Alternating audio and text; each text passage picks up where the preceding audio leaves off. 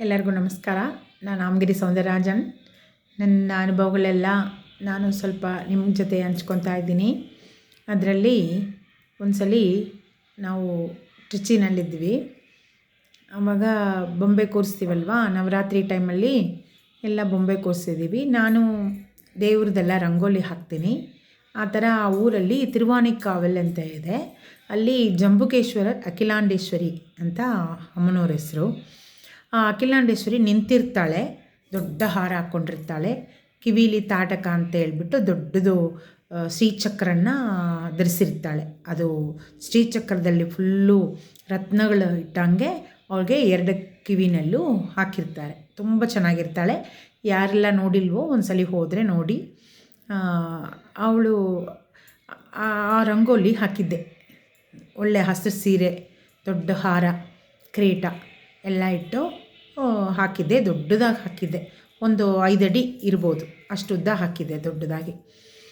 ಆ ಥರ ಆವಾಗ ನಮ್ಮ ಮನೆಯಲ್ಲಿ ದಿನ ಪೂಜೆಗಳಾಗ್ತಾಯಿತ್ತು.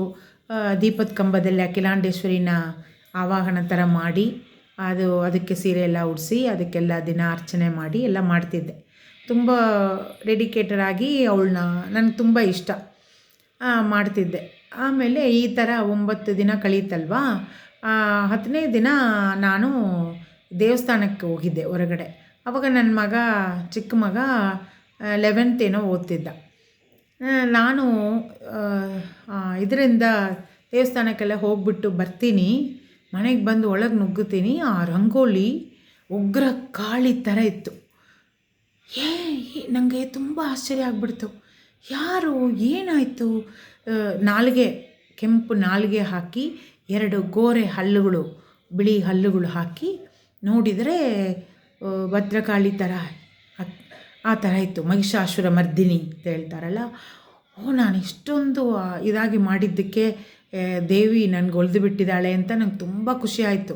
ಆಮೇಲೆ ಯಾರು ಹಂಗೆ ಮಾಡಿದರು ಅಂದರೆ ನನ್ನ ಮಗನಿಗೆ ಅದು ಅವನೇನು ರಂಗೋಲಿ ಕಡೆ ಇಷ್ಟವರೆಗೂ ಬಂದಿದ್ದೇ ಇಲ್ಲ. ಅವನೇನು ಮಾಡಿದ್ದಾನೆ, ಅವತ್ತು ಅವನಿಗೇನೋ ಅನಿಸಿದೆ. ಅವನೊಂದು ನಾಲಿಗೆ ಉದ್ದಕ್ಕೆ ಬರೆದುಬಿಟ್ಟು 2 ಹಲ್ಲು ಹಾಕಿದ್ದಾನೆ ಆ ಇದರಲ್ಲಿ, ರಂಗೋಲಿಯಲ್ಲಿ. ಅವನು ಹಾಕಿದ್ರೂ ದೇವಿ ತಾನೇ ಹಾಕ್ಸಿದ್ದಾಳೆ ಅವನ ಕೈಯಲ್ಲಿ. ನನಗೆ ತುಂಬ ಹೆಮ್ಮೆಯಾಗಿತ್ತು, ತುಂಬ ಸಂತೋಷವಾಗಿತ್ತು. ಇದೆಲ್ಲ ಈ ಇನ್ಸಿಡೆಂಟ್ ನಿಮ್ಮ ಹತ್ರ ಹಂಚ್ಕೋಬೇಕು ಅಂತ ಆಸೆ ಆಗಿತ್ತು. Thank you.